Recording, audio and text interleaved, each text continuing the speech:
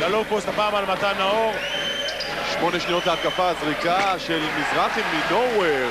כשבאים לעזור על טפירו, זה משחרר שחקן. ירושלים לא מצליחה לעצור את זה. הנה מזרחי, עוד ניסיון לשלוש.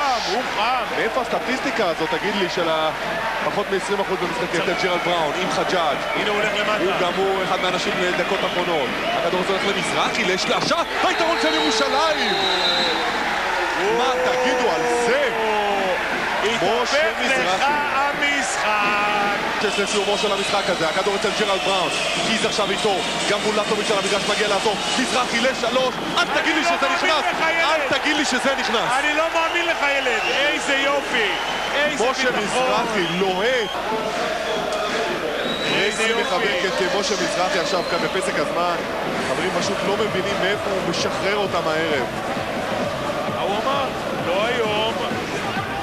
למה תמיד גבוה רודף אחריו? סנפורד מקודם, עכשיו בולטוביץ'.